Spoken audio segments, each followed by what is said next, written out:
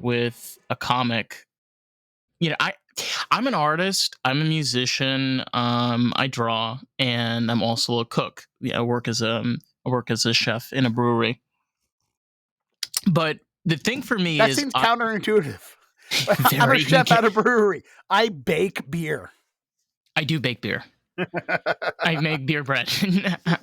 But I don't know. My relationship with comics have been very weird. I sometimes feel very intimidated, or sometimes because for me, sometimes comedians are they're very funny, they're very upfront, and it's just you got to get into that zone. And I don't know how to do it. I don't know how to fucking do it. It's just bananas.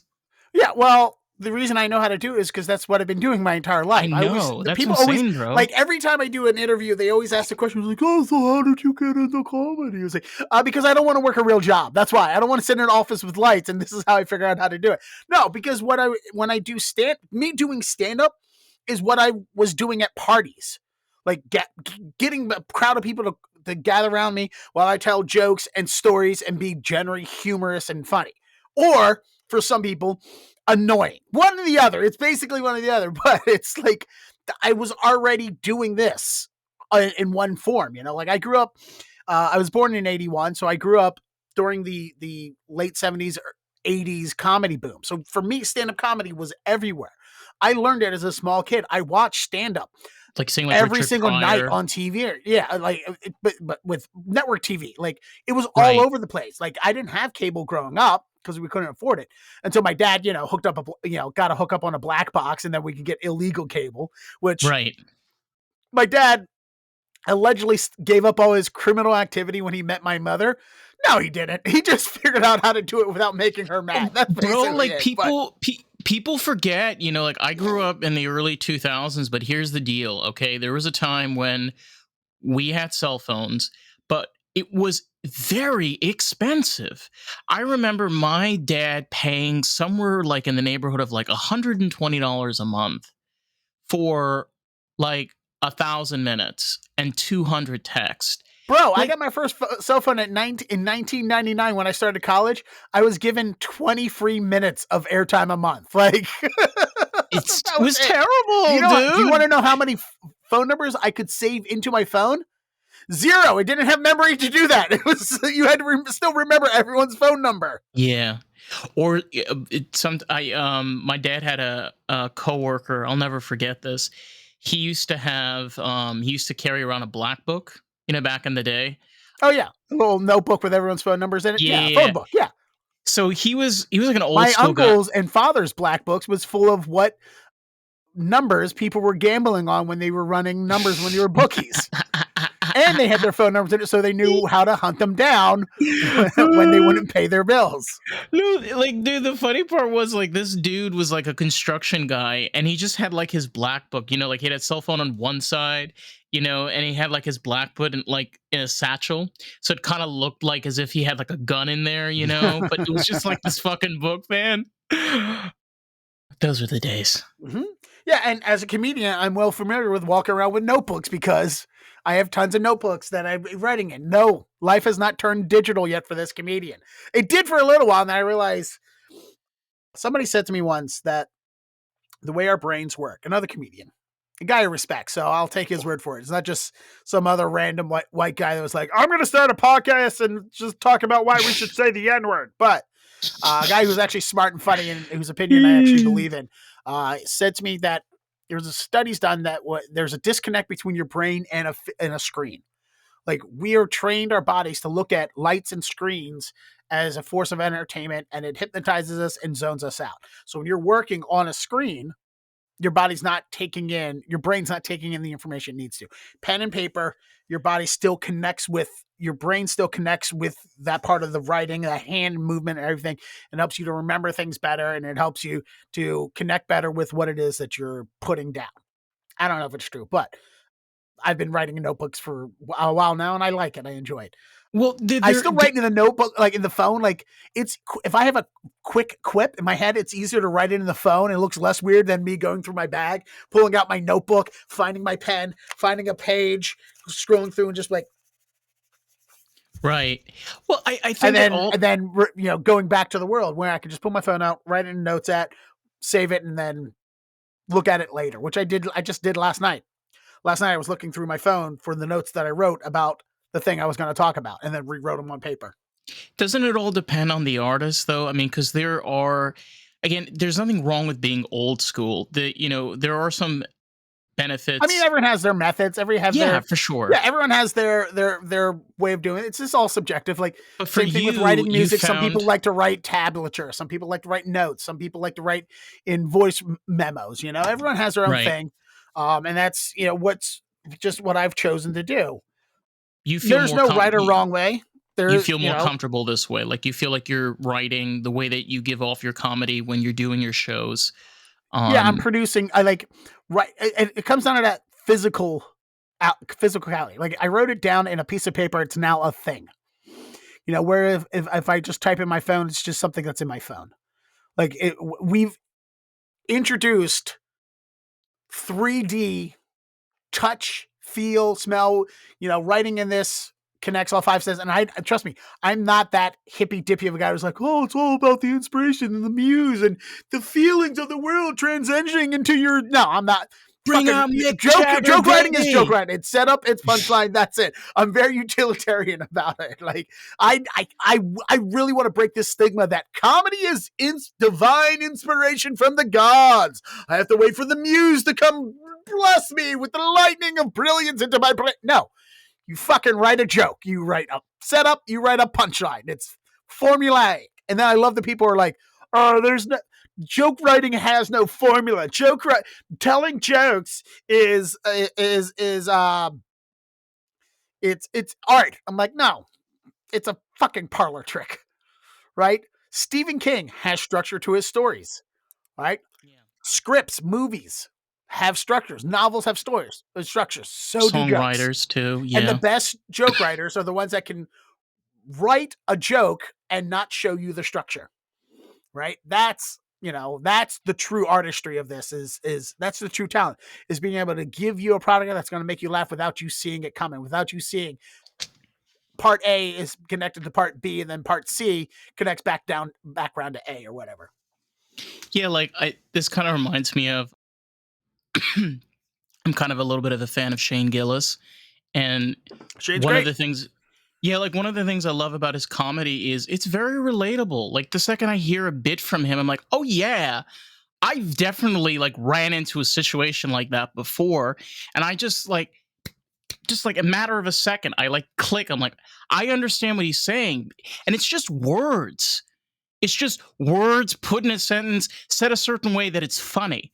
But getting that clarity, as an artist, I can see that there was work that was put in to do that. Like, he didn't just wake up one day, like you said, and I'm like, oh my God, I have this revelation that fucking hot stewardess will kick your fucking ass if you speak shit to her. Oh yeah, she'll wrap you up in fucking duct tape, and cellophane, and fucking lock you in the, in the little trolley, with all the little drinks, make sure you don't drink any of them, Yeah, I mean, I'm sure he sat down with an idea and a concept, and he wrote down. And he went through different thing, till he found what works the best out of it.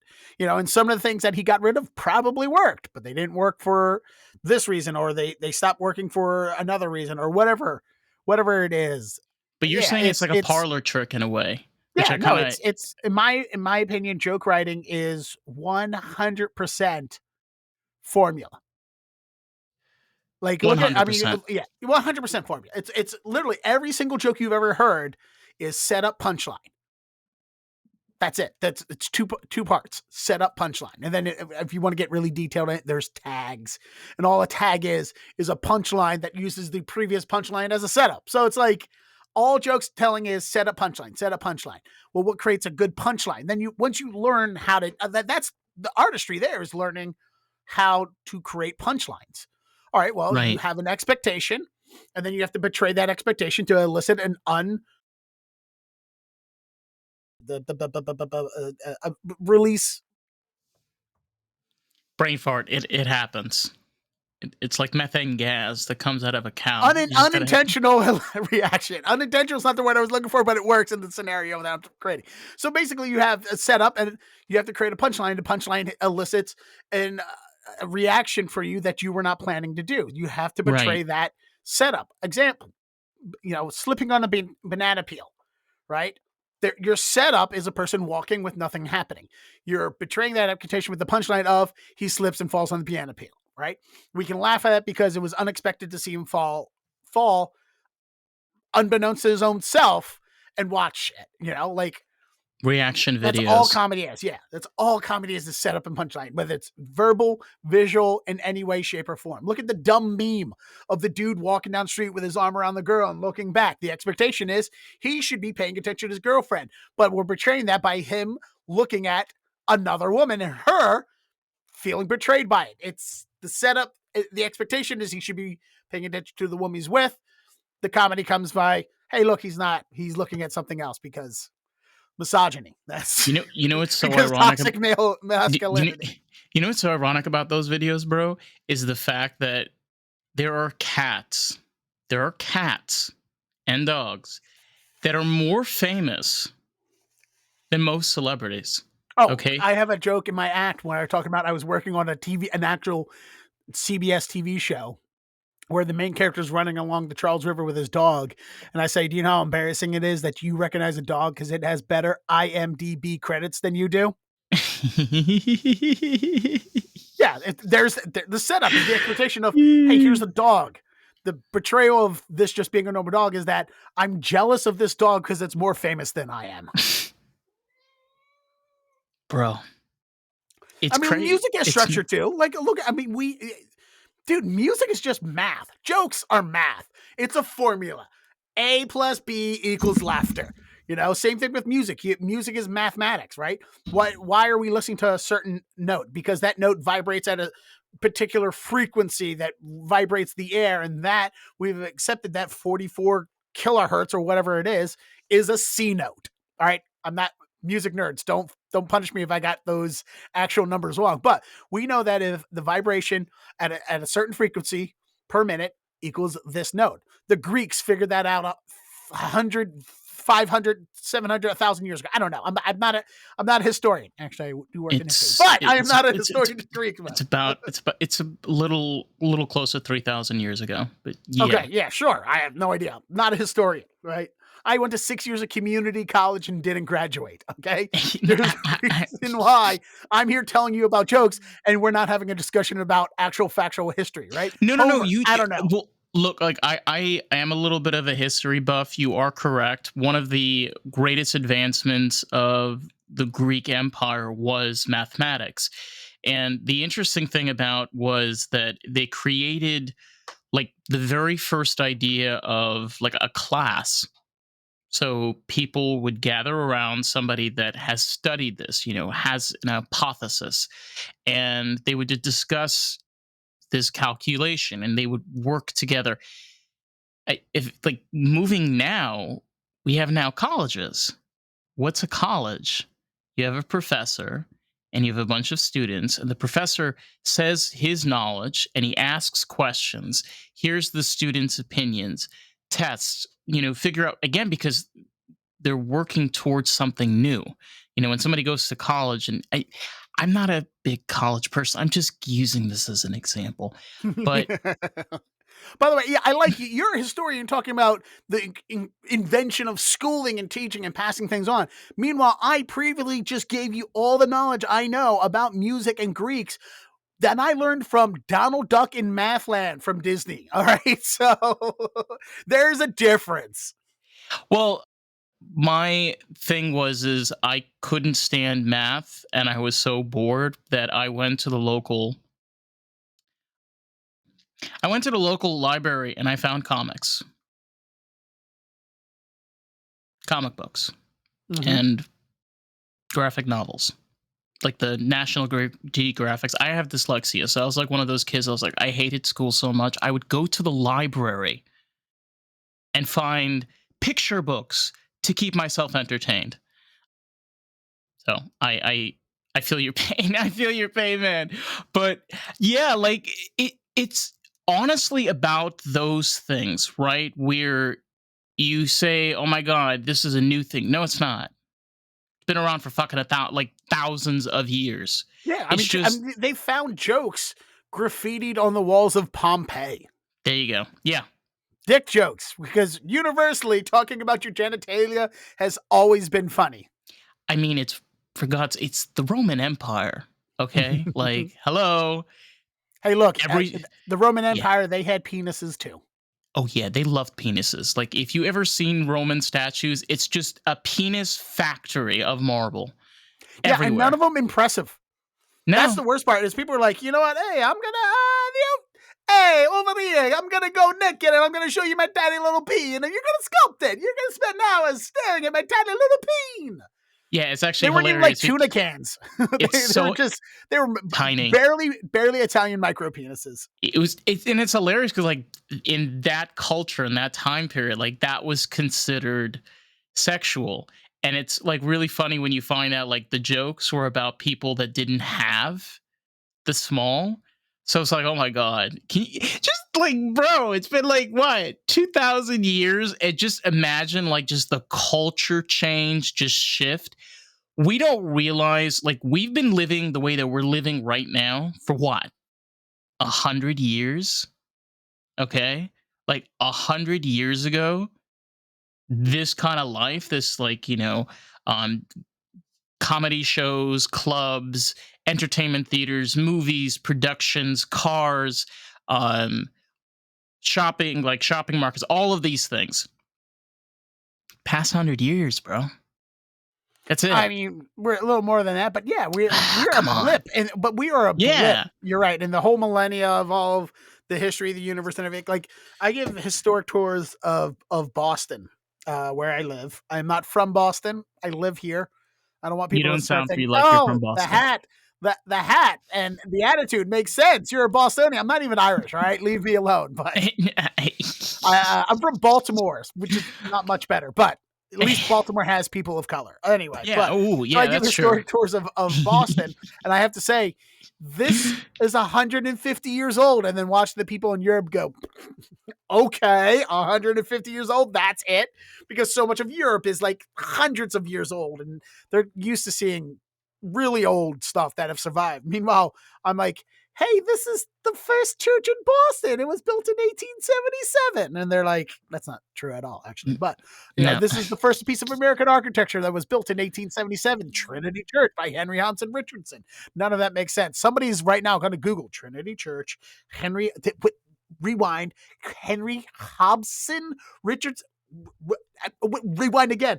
Built by Henry Hobson Richards. It's like somebody's Googling this and rewinding back to try and catch what I said, to try and fact check me. And I'll give you real facts. All right. I won't just give hypothetical things that I'm making up just because they sound Bro, funny. Okay. this is like literally, if you are looking for facts, this is the wrong podcast. This is a place to I don't chill want out, somebody bro. fact checking me in the comments. I don't want to be like, Nah, nah. the first church in Boston was actually the King's Chapel Church, dummy. How good at your job of tourism is you that you didn't know that? Like, I'm already fearing Did the you comment do a section. voiceover for Ernie? Because you sound like you do a very good Ernie impression. Oh, hey there. Yeah, I do have friends who work for Sesame Street. Maybe when that guy dies, I'll work my way into Oh my Sesame god. Street via my connection. I was going to say connections, but I got one. I just know one person who works Hey. at Sesame Street. I have worked with Kenny Cash, though, the guy who did Elmo. Oh, Long okay. before the accusations and those things of him grooming young teenage boys came out. I Yeah. hope I got that allegation No, correct. I think you are. I think Yeah. you're hitting it on the nail. I But remember. I just, you know what's amazing about them? Honestly, again, there's talent and artistry right there. Is that? But here's the amazing thing. I watched it, like, and this is not. He's not hiding behind a box. There's no stage. I was doing. I used to work for iHeartRadio, and every year we would do a radiothon raising money for St. Jude's, or we did 2 a year. One was St. Jude, and one some other organization of dying kids with cancer. But so we had Elmo come out to entertain kids while we did this 48-hour straight radiothon.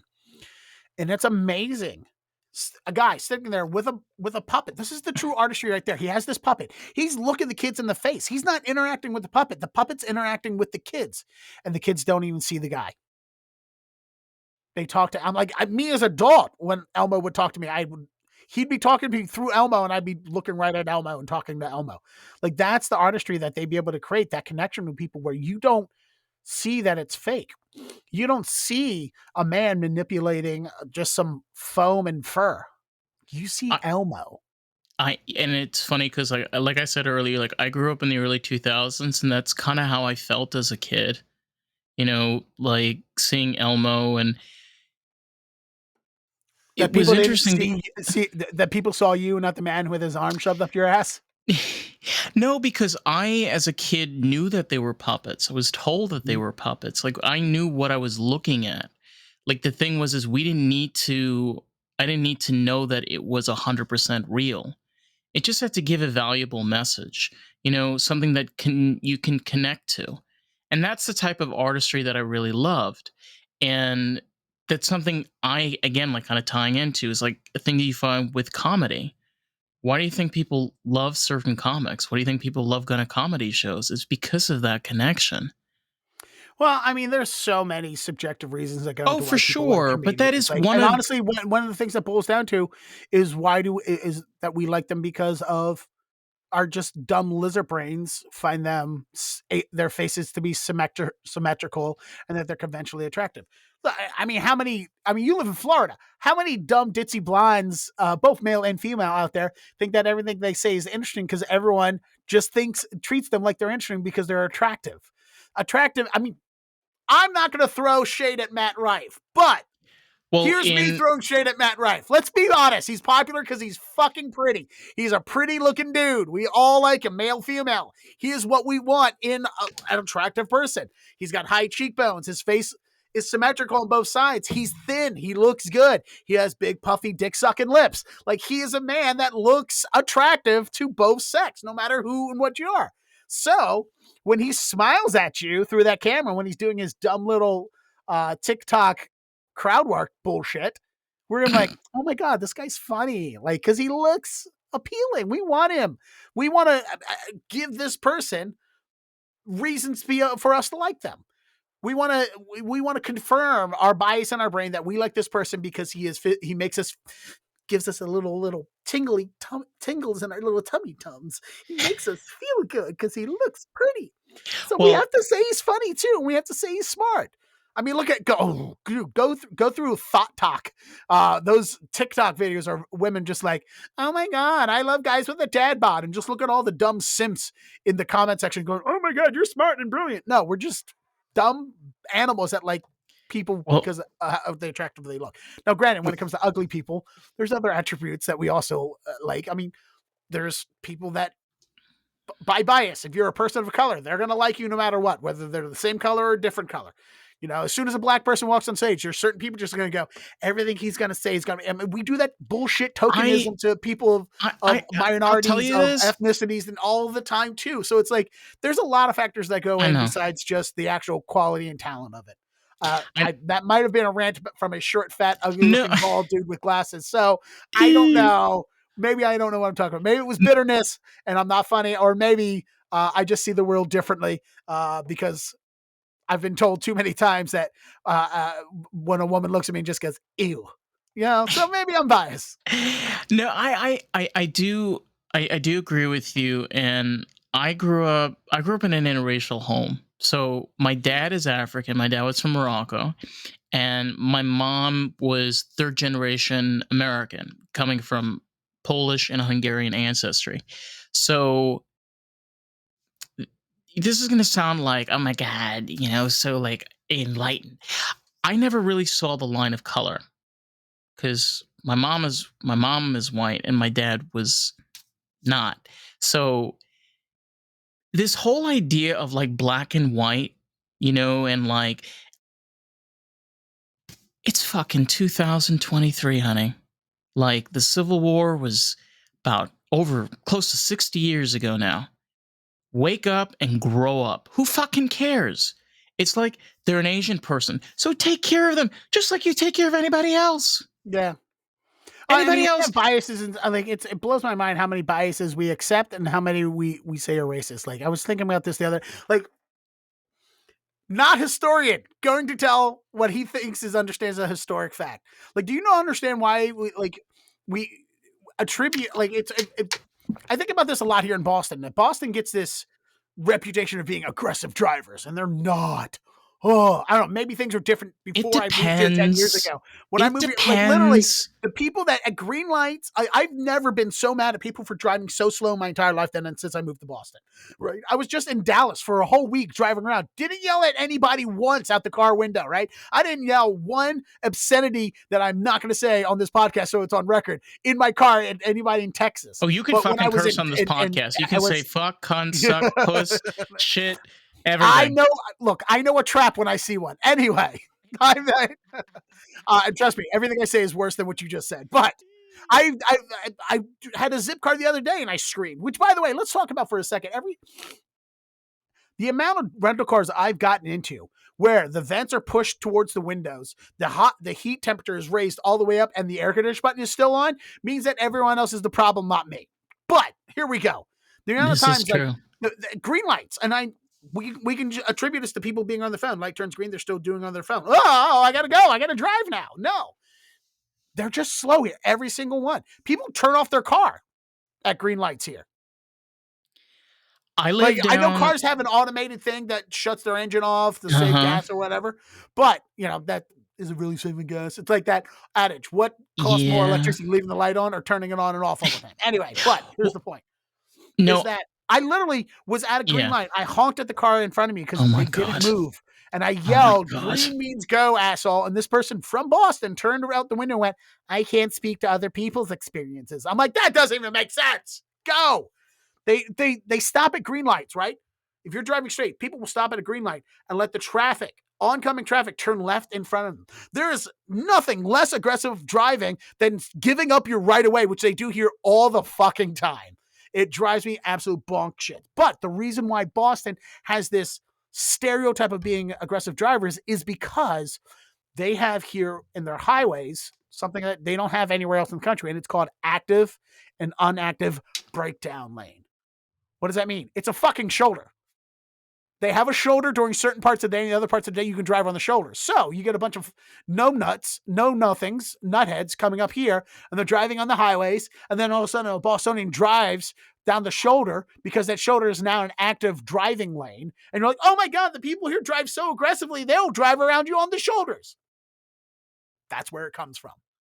That and like we have to think about them. Oh, they're these tough little Irish. No, they're xenophobic, racist, white trash people who ate potatoes and almost died because they ran out of them. Oh my God. That run a city, and they are so stubborn and stupid to cut the nose to spite their face. They make a cityscape that is just mind-bogglingly stupid, and then like, oh, it comes from all the cow pastures here. No, there's not. There's no cow paths here.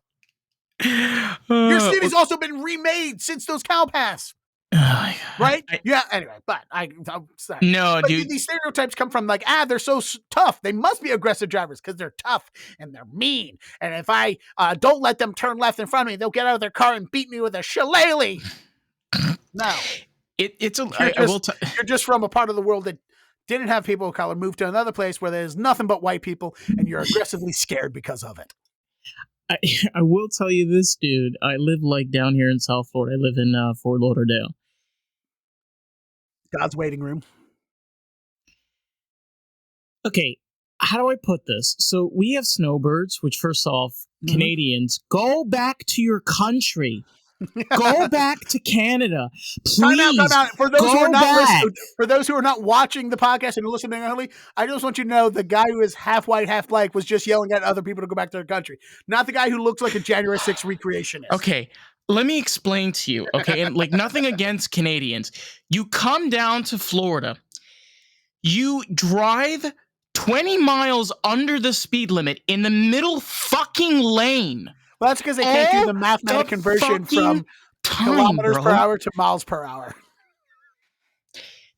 And then the worst part is they don't understand that we have our left lane is not a shoulder lane. So the way that it is in Florida on the highways, left is the go lane. So people that are going like 10, 20 miles. Middle lane is people that might need to go right or left to turn off. And then, right lane is whatever. They will go on the left lane and they'll just keep on brake, brake, brake. And it's gotten so bad. I saw this the other day. They have now the police patrol. They get on the highways. Two of them. They go in between them and they pull them off. I saw this twice in the past week.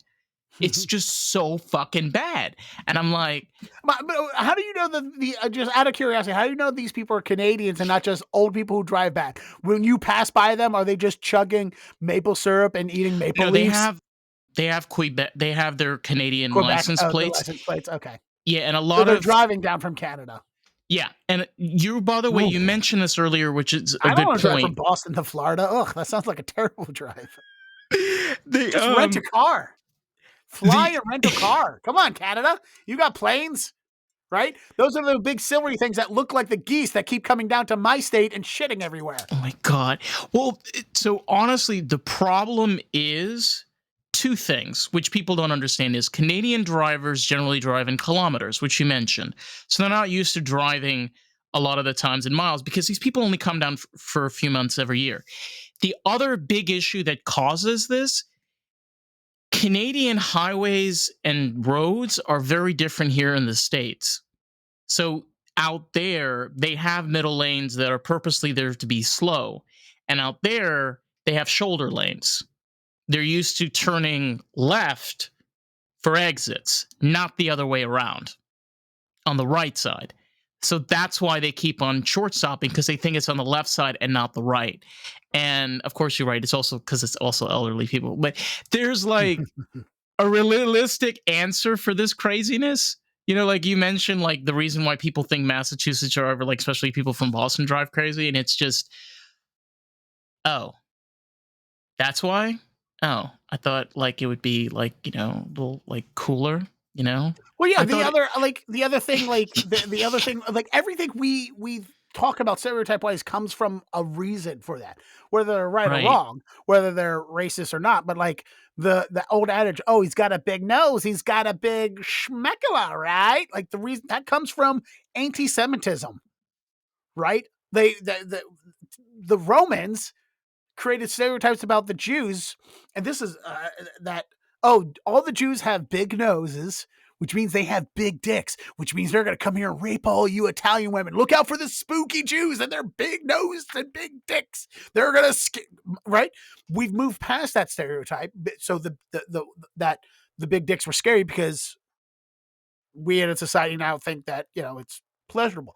The same thing of mandingoing black people comes from that very stereotype. Like we would try to dehumanize people of color, African Americans that were here. We would dehumanize them by making them monstrous animal sex machines and look out for them and their big scary cocks, women. Ooh! But of course now we've like tried to reverse that and now we're like, oh, big dicks are great, which I'm sure they're fine. Whatever. I don't know. Nobody tells me that's a lie. I was with I was having sex with a stripper in the back room one day, and she goes, "Oh my God, you're the biggest I've ever had." And I'm like, "I'm paying you not for your acting skills. You don't have to lie to me, right? We're already on the set. This is a transactional situation, right? I'm not a casting director. You don't have to lie to me." I was going to tell you a history fact actually that I checked up. Do you know that a lot of the people here in the States that are part of the black community, they're not African. Oh yeah, they're Caribbean. Yeah, I'm sure if we trace back their lineage, but it's really difficult to track back their lineage because we No, for sure. erased all of it. I know, literally, but it's Also, we didn't keep track of it, so there's actually nothing to erase. and it's it's very odd because like I'm Jewish, and one of the things that was very beneficial for our family, I'm able to trace my lineage about almost 2,000 years, and Wow, see, and that's great that you can do that. It's yeah, unfortunate how many people in can't this do country that. can't do that because Yeah, they were never kept records of it. it's just like there's so much that you can learn from the past, like as artists there's so much I can learn from other artists and creators, like even though it's 30, 50, 60, whatever years old, there's always something to learn and something that you can implement and make it your own. It's your thing, it's your schmutz. Yeah, I mean, well, that's it brings up the conversation of AI.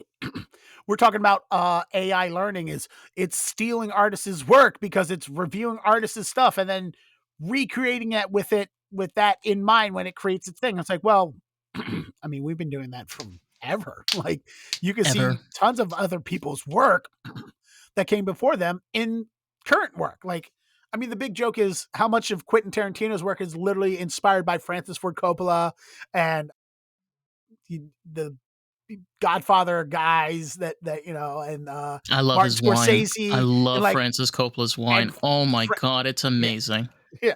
But He's such an it's like awesome how much dude. of his work is derivative of other people. So is Quentin Tarantino thief? Some people say yes. Some people say no. Inspiration. Look, I'm It's, not. AI is not coming after. AI is not going to be taking over my job anytime soon. I'm not worried about it. I should Right. hope But at not. the same time, I think it should be a tool that we can use to help Yeah. increase our work. Dude, you guys have been looking at AI for decades and you don't even know it. Toy Story was made with AI, right? Toy Hmm. Story does keyframes and then they have a computer program that connects the keyframes for them and does the rest of the keyframe drawing. Well, they That's been talked. happening for years with Toy Story's movies and it still works. It can be used as a tool and won't Well, they replace people, talked. but Interesting to bring this up. They talked. One of my favorite ones was Finding Nemo, and they created a computer simulator that used artificial intelligence that mimic the shadows of the ocean. So if you watch it, you can see the shadows move, and it's like nobody sat there for 10 fucking months doing frame by frame. They had people there for weeks putting together this program that created that simulation, and it's like mhm. this has been what 20 years, man. It's not By the way, like it as a came out SAG of after nowhere. member, I'm so sick during this right now. We're in the middle of members are voting yes or no on their agreed upon contract with the AMPTP producers and stuff. And the entire time during this strike, I don't know if you watch Family Guy, but there's an episode of Family Guy where Lois runs for mayor, and every debate, every speech is just her going 9/11, and then everyone cheers. It's the same thing with Fran Dresser, who's the leader of the SAG-AFTRA union, but instead of 9/11, she's just going down. It's like AI. We're fighting against AI. I'm like, no, we're not. They're like, they want to scan your bodies and put it in AI. I'm like, that's not how AI works. And also, we voted that down in the last contract negotiation. So why is it back on the table again? I know. Right?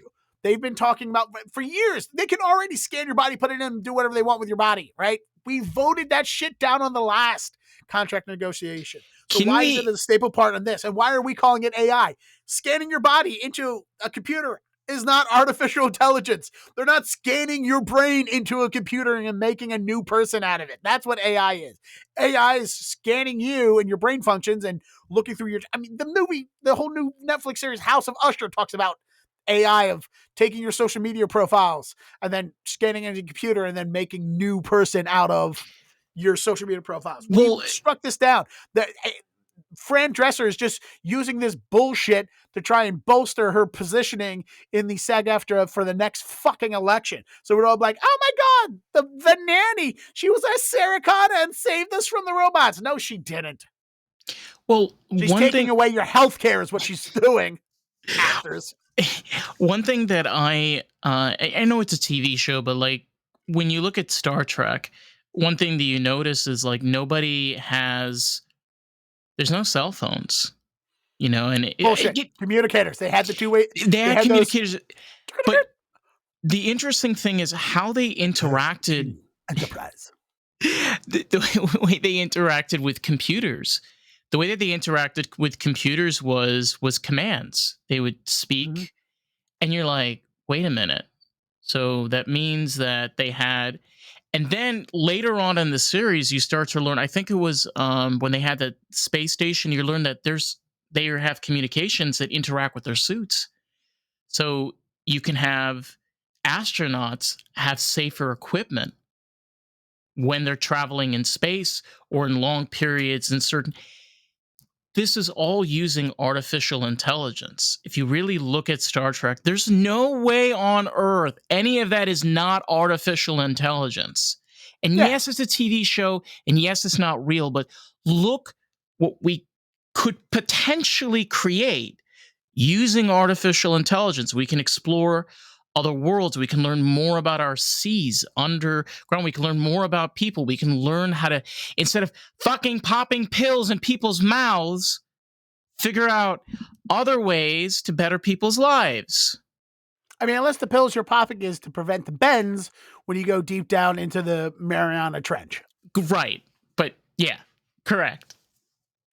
It's just a perspective. I think that there are a lot of negatives when it comes to it, but there's a lot of benefits that can be used. Even for comics, I believe that artificial intelligence could be very beneficial.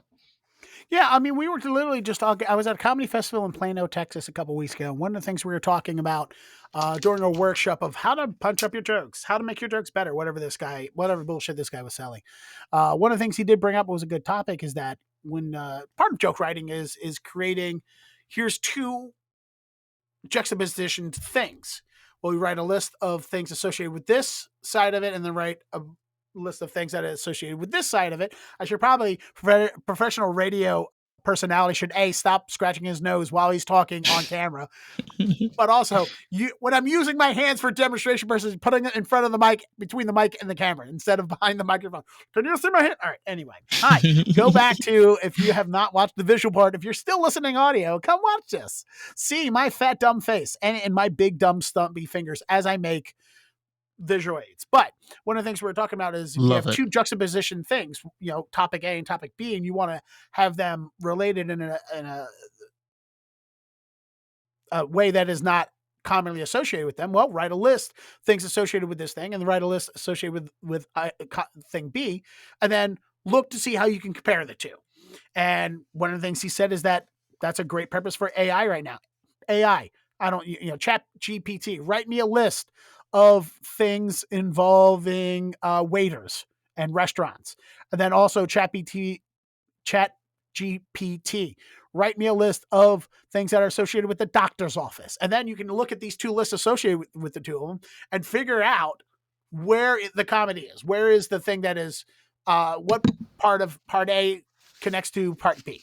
Where is this thing that, if you're talking about part A, you want to relate it to something on the list of B? And artificial intelligence is a good resource for that, apparently. I don't know. I haven't used any of it.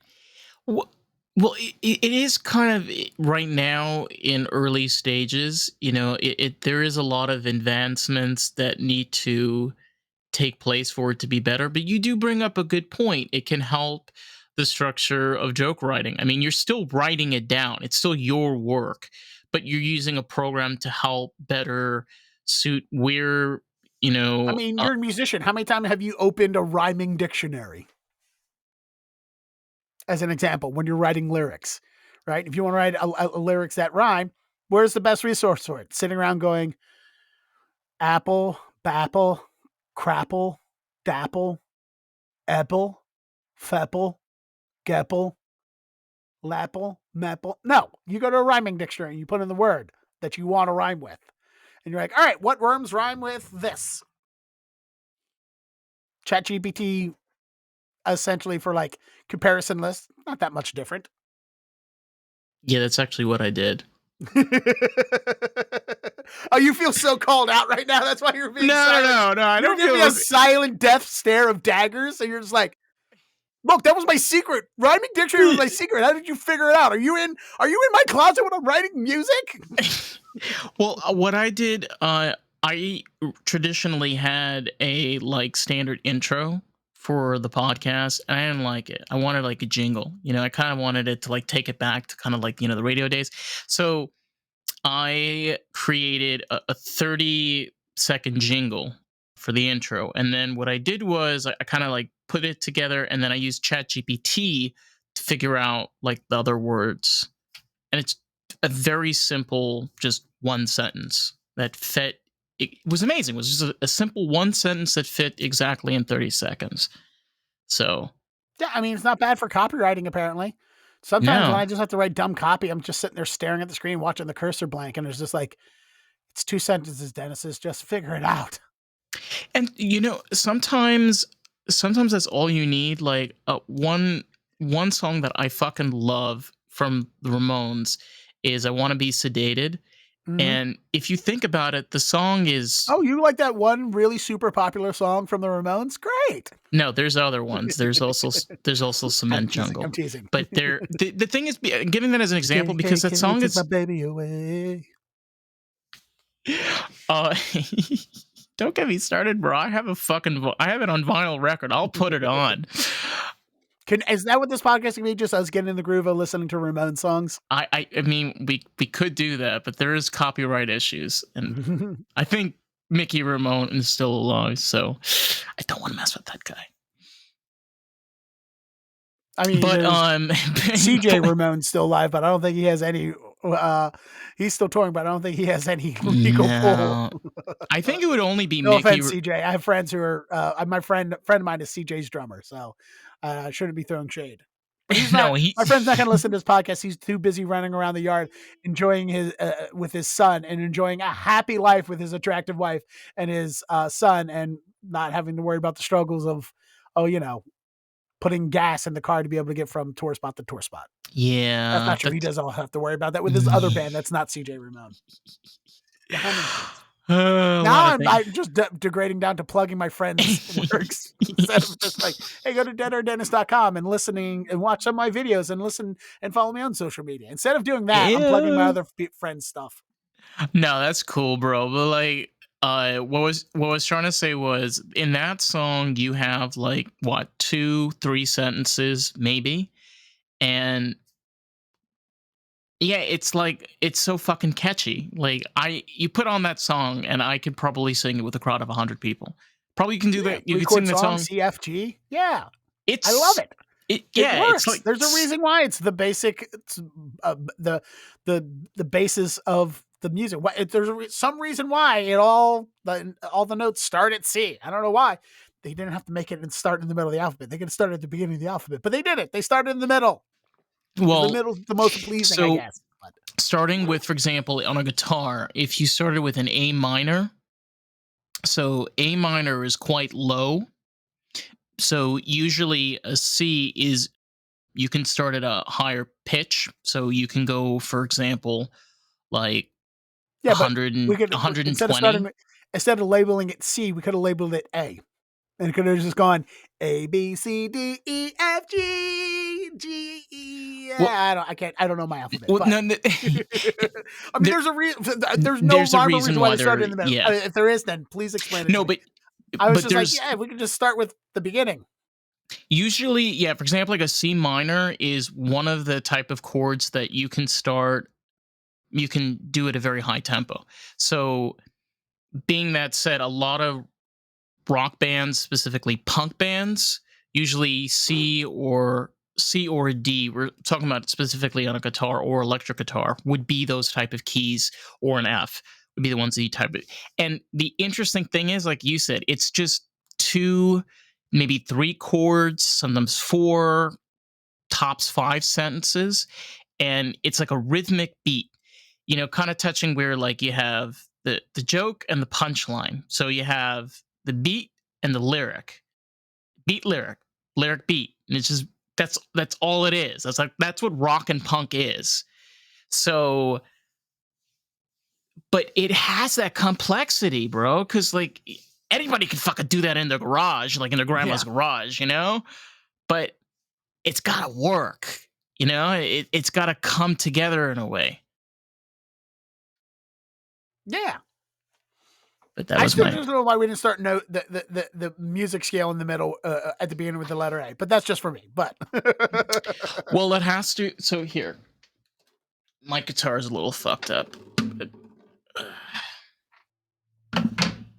So this is a high E. This is an A. So this is the A chord. This is a D. Yep. This is a G, and then there's a B, and then a low E that's supposed to be there.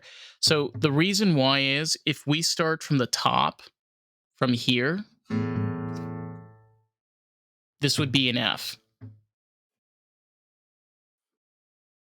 Oh, I mean, I also play music. I understand how the scale works. No. But what I'm trying to say, like, the reason, like, also, honestly, I've seen songs that start with an A, but you generally see that with, it's beautiful. Oh my God, like the Spanish acoustic guitars. And they do that, like, the finger picking. Oh my God, dude, I could just sit there and just have a fucking orgasm. It's awesome. Growing up, the alternative rock station that I listened to growing up, WHFS, one day flipped to Spanish music. And you know what? It killed me that they took away my favorite music radio station. But also at the same time, my clock radio was still set to it. And you know what? Mariachi bands is the best music to wake up to. But it just starts playing. You're like, oh my God, I'm going to have a bed dancing. I almost don't care that they fired all of my friends. I almost don't care about that. I love, I love that like creative flow. I love getting into that process of like, I want to make something, like when you probably get into that like flow of like, I want to work on a joke. I want to, kind of work on this bit and put it together. To me, that is like my fucking testosterone. That's like my heroin.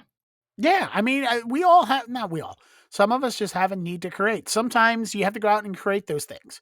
The reason I started doing comedy seriously is because I felt that I had no creativity at the job I was at in radio. I wasn't being taken serious as someone who wanted to be on air. Wasn't really being given the opportunity. So I decided to take my own creativity, my own entertainment career into my hands and start doing stand-up because no one can stop me from doing stand-up, right? Fuck you people are like, oh, there's cancel culture. Cancel culture doesn't exist. Stop it. Stop it. Anyway, there's consequence culture. Anyway, that's called woke culture. But right, yeah. Tell me, point out to me one person who's been properly canceled. And I'll show you somebody who is probably a pederast. Christina. Anyway, moving on. I went out and I decided I wanted to be able to create things. Nobody can stop me, right? I can go on. You don't want me on your show? That's fine. I'll create a show.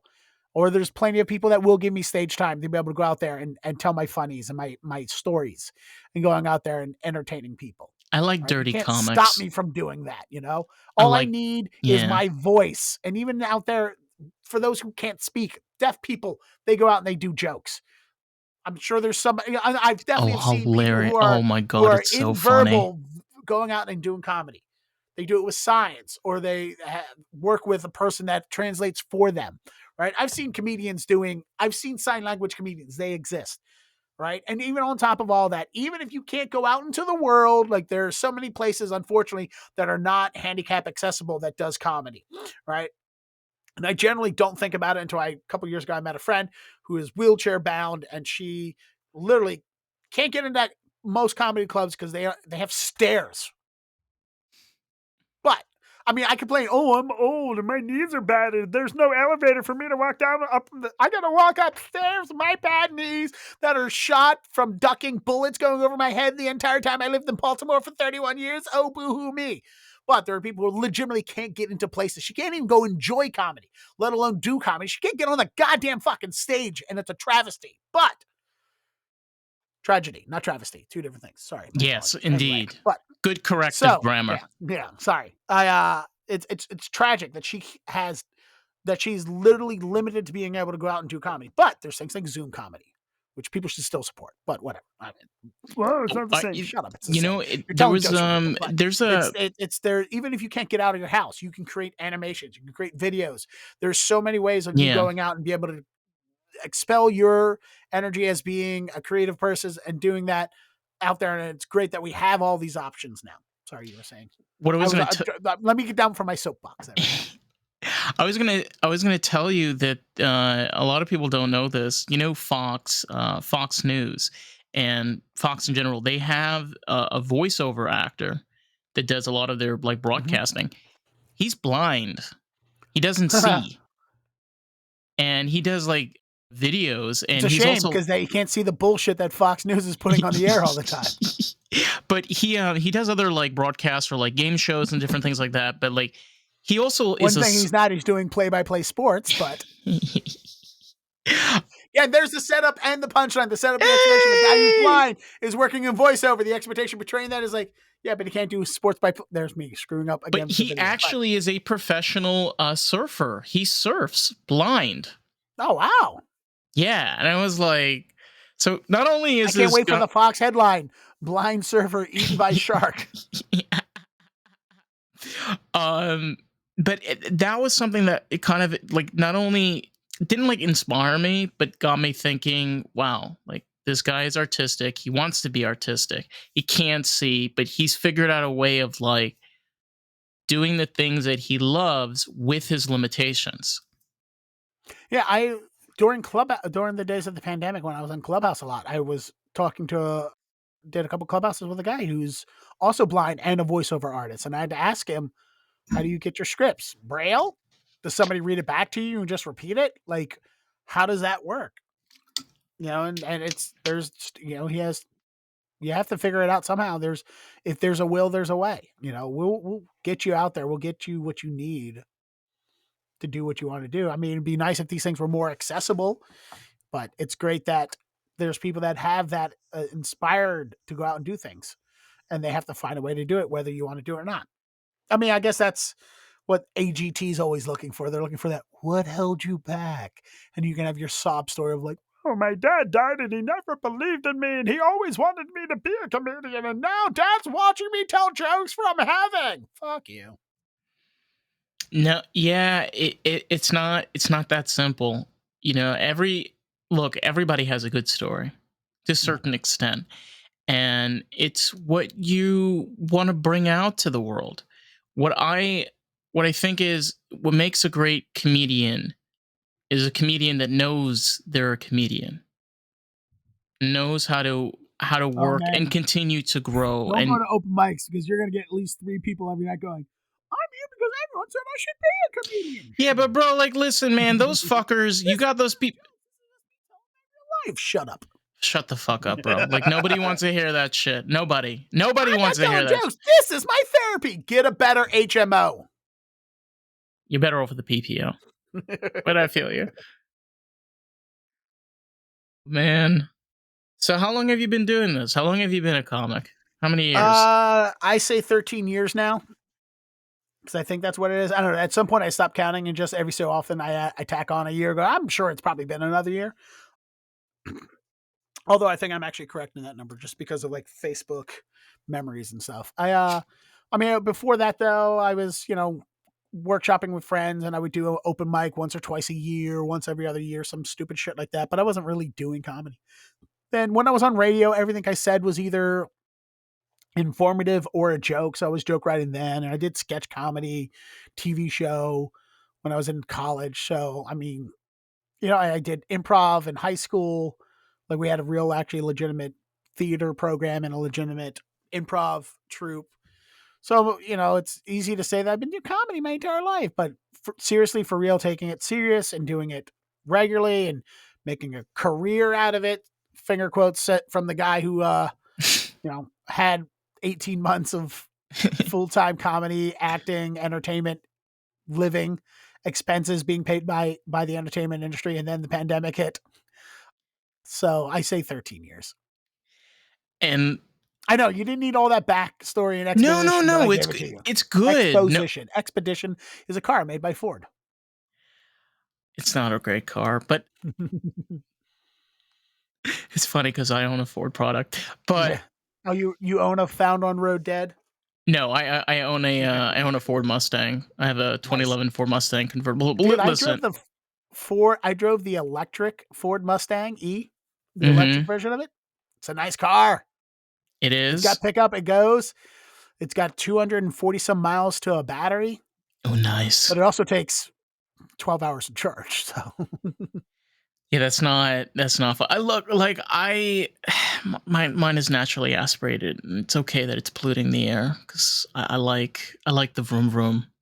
It's good. oh, this thing's got it doesn't have the vroom, but it's got the go. Like I meant to do a video of me trying to peel wheels in a parking lot with this Oh my Mustang god. rental, and I just never got around to doing it. But I would love to be able to just like, well, that's the hard part. You can't rev the engine. You can't be like, there's no real gears where it's like drop it in neutral and then drop it in drive. It doesn't really work that way. I mean, it No, does, but it yeah. doesn't. There's no No. like revving the engine in neutral. No. It's just But you step on that gas and it'll give you that pullback. Your hair will go back a little bit. You'll get a little whiplash if you stomp on that gas pedal a little fast. It's a different kind of like fling. it Like when you is. like it doesn't have that like when you're like in a car and you floor it and it kind of drops back a little bit and then throws your head back, like you feel the car just drop down a little bit and like the front end comes up and the back end goes down. You're like, oh, it doesn't have that drop. It just goes, you just go straight laterally back in an electric Mustang. It's different, but it was nice. I liked it. If I had the money for it, I would, and if charging was ubiquitous as gas stations are, I would 1000% get a Mustang E. I that's kind of the thing for me with like electric cars. I'm still stuck in that era of like still sticking with gas. Uh like you were saying, I love, oh my god, dude, that feeling of being in a car and just putting my foot on the gas, and mine is rear wheel drive. So just like you go, Yeah. That little bump when you feel the automatic transmission change. I have an automatic. I wish it was a manual, but it still has that little click. It it's so funny because the car in a way is kind of like a 1960s car. This is the kind of thing with Ford. I kind of feel like they're like, how do we make a car that will pass all of the emissions, but we don't have to do fucking anything? You know, instead of just like putting pieces over it, making it look, kind of modern. That's kind of what an S197 is. Okay, let's just be honest. Like it's a 1960s car, and it drives like one too. So when you turn, You you mean pray without to the power Lord. steering? Dude, Is you it pray just to a the giant Lord. boat that you can't? Oh my god. Yeah, it's like a boat. It literally is like a boat trying to turn it. Like you feel like what everybody felt like in 1965. They're pain. They're pain. Just who goes to the gym when you got a car without power steering? It has power steering. Dude, it's the Yeah. worst power steering I've ever seen in any car. It's just a word with quotations, you know? Power steering. Power steering. Yeah, arm powered. God. You only get like, I have to like press the gas to actually get it to move. Otherwise, it doesn't turn. This reminds me of a lot of type of people. Besides, it's a car, but this reminds me of like a lot of type of people, where you gotta Coax them really, into things. Yeah. It feels like you're pulling teeth sometimes. Yeah. Okay. yeah. Driving this Just, car is like pulling teeth. They're I love it attached to the though. roots. I love it though. I know it sounds crazy, but like it really it makes you feel more connected to the road. Like I cannot sit on my phone texting in this car. It's just not. It's not happening. You have to be, you have to pay attention to what you're doing, which I wish more people were paying attention to what they're doing in their cars, though. But not everyone feels as connected to the road as you do. But I always think about that too. Like when I do, like when I fantasize about doing actual real road trips, like if I say this on the recording, it's got to happen now. All right, let's do this. You have to do it in a My VW plan, camper. I'm planning on doing like a 2-month road trip. VW camper, 100%. Me and my dog, I'm going to go, we're driving down to Baltimore to spend the holidays with my family. I'm going to buy a car and then drive west to LA, spend a month out there and drive back to Boston and start my job back up in March. That's the plan. I don't know if the plan's going to work out. Like looking at the financial pieces of this plan don't seem as viable as it did when it was a fantasy dream in July. But every time I do road trips, I do real road trips, and tours and going to other cities and states and, doing comedy stuff. I always think about that. I want to do that drive. Like I want to live that road life. I want to create a road blog, like driving around from city to city, looking at the cityscapes and editing videos and doing interviews and doing touristy things and videotaping it and putting it all on YouTube and creating a travel blog of a comedian's life. But that time you're in the car is wasted time. Can't film in a car. I mean, you can film a little bit, do a couple of like heads up things, film a couple of things that you see by, but can't edit in a car. You can't really write script. You can say things out loud, rehearse it, but you need that other person, somebody else driving, somebody else to take notation. And my dog, no matter how many milk bones I give her, my dog, who is named Sister, still hasn't figured out how to do transcription. I don't know what her holdup is, but she keeps saying, I don't have opposable thumbs and I don't speak English. And you're high on mushrooms when you're hearing me respond to you. But you could teach her how to drive, so she can take care of that. She's a lab. She can't reach the pedals, but she's got the steering down. It's just she can't reach the pedals. No. But yeah, it's like that you're right. That's not wasted time creatively, but it's also like you have to focus on what you're doing. You can't really split your brain off for 6 to 8 hours a day while you're driving. It's really important that you bring this up because when we make big life decisions, and when a lot of the times, you get those little clickbaits, you get those like 1 minute of like, here's my life, this is what I'm doing, yada yada. Come with me as we check out this incredibly popular tourist thing that you found on Google. But you don't see the whole picture. Yeah. You don't see the 10-hour drive, the traffic, the gas, the stopping for food, the time that you may have to go to a hotel because you just can't fucking keep your eyes open. There's just so many things that happens to make that 1 minute clip. Yeah. Some of us don't even realize how much goes into it. I'm looking at you specifically, the guys of the Jason Bateman and the Smartless podcast guys. I'm looking at you guys. Oh, podcasting easy. Yeah, it's super easy when you have a staff of 5 people doing all the work for you. Nobody else in the world knows how much work goes into making a podcast. No, I'm doing the work of 5 people. There's little work. You think there's no work that goes into it by the amount of people that have podcasts. There's a lot of work that goes into all of this that we don't see in the background. At least, some people put more effort in than others.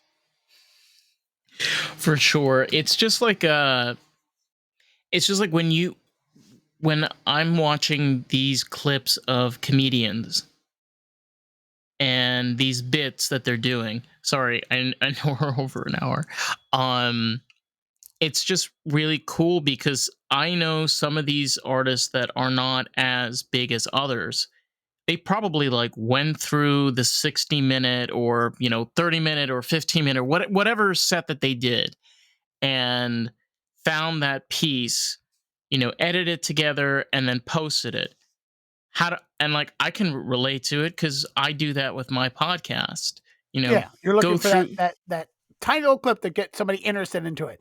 And correct. You pour over every syllable as you're editing through it. I mean, it also goes into, what we do as comedians on stage. You don't understand the years that we put into creating a persona, creating writing, creating material, workshopping it over and over. It seems effortlessly funny and that we just created it in the moment, but we've spent days, weeks, months, you're working on over this thing to make this one 45-second speech hilarious. Not even on social media. This one thing face to face that I said to you, like the amount of times, like I do all, we have our all set lines that all look, crowd worky, and on my tours when I'm a tour guide here in Boston for Boston Duck Tours, and I ask kids questions, as they come up to drive the little duck boat in the river, in the Charles River, and I ask them, "Oh, what's your favorite subject in school?" Math. Math is my favorite subject. That's why I'm here, being a history guy. Like, oh my God, that was so funny. How did you know? Because I've asked 1,200 kids the same question, and I finally found the line that worked. So I've said it 1,200 more times, and I'm going to say it 1,200 more times again and over because it worked. Oh, but it seems so natural. That was, but you don't know the hours that went into asking kids questions and getting shit replies. Are like, oh, what am I going to work with here, kid? You got to say something. you got to say something interesting so I can say something funny. Come on, kid. This is so random. I don't know why this reminds me of this. Is Monk? Ever? Tony Shalhoub. Yeah, I love that. Oh my God, he's so fucking good. And Tony Shalhoub and the guy who played Buffalo Bill in Silence of the Lambs. His boss. What's his? I know the actor. I would fuck me. That guy. That's his boss. The guy who tucked his penis in a movie between his legs is Monk on USA's boss. It's a good show. The thing that what I was like interesting about this show is, like, after like watching episode after episode, is that all he's doing is just asking the same questions over and over and over again, and then seeing the different responses, and then using the better response to get a better answer, and then uses that over and over again, and just does the same things. And it's like, oh my God, that's fucking genius. Yeah. Looking for the differences. Yeah, bro. I don't know why it's like so stupid not to like realize that in a matter of a second. Why like fucking take so long to realize that? It's like, just ask the right questions. Like, what are the right questions? Trust me, when it comes to interviews, asking what the right question is tough enough for people to do interviews every day. I'm looking at you, local morning TV shows, and oh, where did you anyway? Sorry. No, they're reading off a teleprompter. I have a lot of beefs with people that are only in my own head.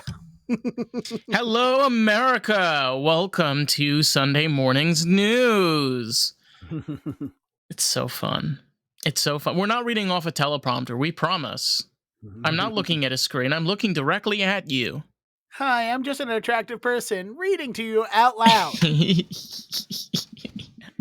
Now here's advertisers. Oh my God.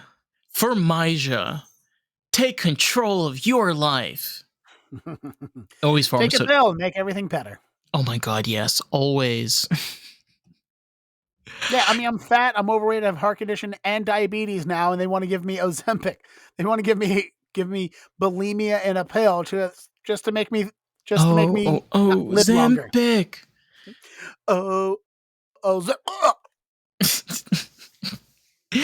You've probably done a bit about this. I feel like you've figured out like a little. I'm in the middle of writing it. Yeah, you called me out on my bullshit. Sorry, I just open mic'd you. Yeah, I open mic'd you. In conversation. I did that. I'm sorry. I'm that asshole. I just did that. Sorry, I was literally laying in bed. I wrote that last night. Dreaming about it, it's just like, I need it. I showed my hand there. Yeah. No, you called me on my bullshit. I called you on your bullshit of rhyming dictionary. You called me on my bullshit of open micing you on a podcast interview. Oh my God, bro. Let me ask you a question. So you tour. So you go around from venue to venue.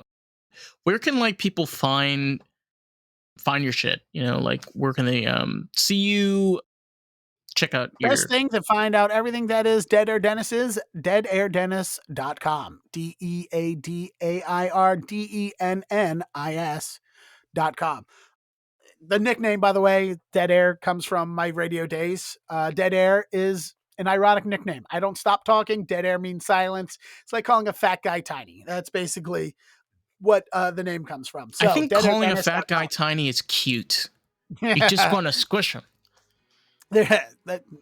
It's patronizing. Yeah, absolutely. But yeah, so my social media is there. You can find links to my Twitter or X, whatever you want to call it, X shitter, or whatever you want to call it. Facebook, Instagram, TikTok, all of it at Dead Air Dennis. I am really good with the branding and the SEO. But yeah, you can find my dumb musings of things I've written, scripts, blog posts. You can find my podcast, So What Do You Really Do, where I interview artists and entertainers about their day jobs. On the recent episode right now is comedian from Texas, Mitch Burrow, who was on TV, where lived in LA, was regular at the Comedy Store, was passed at the Comedy Store out there. We have a great conversation about my time in Plano, Texas, and him being a Marine, a guy who basically got a GED, didn't know what to do with his life, became a Marine, changed his life, gave him discipline, gave him a job and a skill set, and then he threw all of that away to become a comedian. It's a good interview. And he's obviously called, the podcast is called So What Do You Really Do, and is available everywhere podcasts are potted. Dude, that is fucking awesome. I mean, hello. Wow, it was a good chat, bro. Yeah, story of the time. Well, listen, if you want to check out more of the podcast, you can find us on Facebook, TikTok, Instagram at Lost in the Groove Pod. So, with that, we'll catch you on later. All right. Bye, everybody. Get home safely. Probably not.